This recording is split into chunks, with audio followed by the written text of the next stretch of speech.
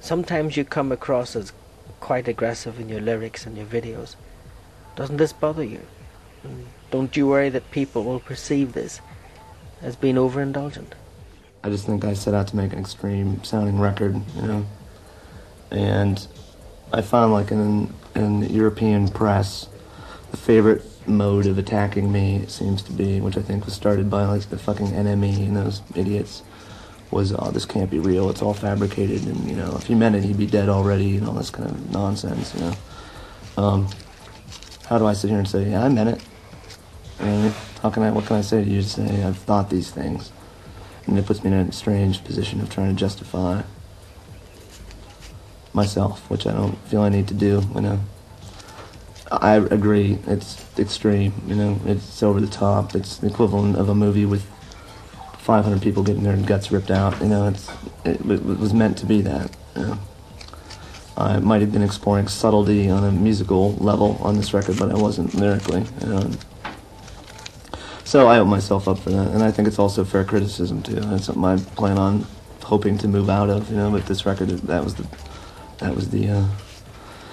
kind of parameters I was working within. So I know you've worked with her. You know Tori Amos, and she said some nice things about you in interviews. Do you think you've got something in common, and therefore do you get along well? Someone tried to get me to listen to her record, the first one that came out, and I didn't because someone described it as similar to, they incorrectly described it as something to do with Sinead O'Connor, which I cannot stand. So I just didn't listen to it for a long time, and I finally did. It went on to be, like, I thought, an amazingly good record, although not the kind of record I would normally like. It really hit home, and I listened to it a lot, and then I put it away, and then when I was doing Downward Spiral, when I was working with Flood every day, we were driving every day. We went out to lunch, and my car, I had that CD, and he'd never heard it. And every single day, we'd listen to it and just sit quietly. And at a certain point, we'd both go, wow, that was fucking great, you know, and just make comments. And it was really weird, and I thought, you know, I've never approached anybody, but I feel I should, like, just make contact and say, you know, I really like what you do, and a new record had just come out. And that same day, I got a phone call saying she was in town and wanted to meet me for some reason, and it just seemed weird. And we hooked up, and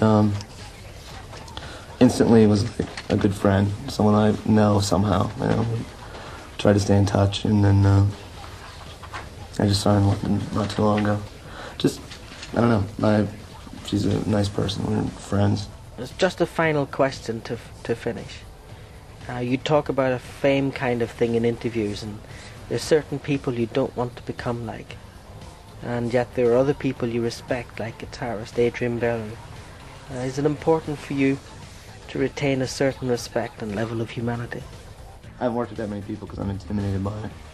I'm not so much anymore. When I worked with Adrian, I realized he was like a guitar hero of mine, and he was a cool guy, and it wasn't that bad, and he respected me, and it was a pleasant experience.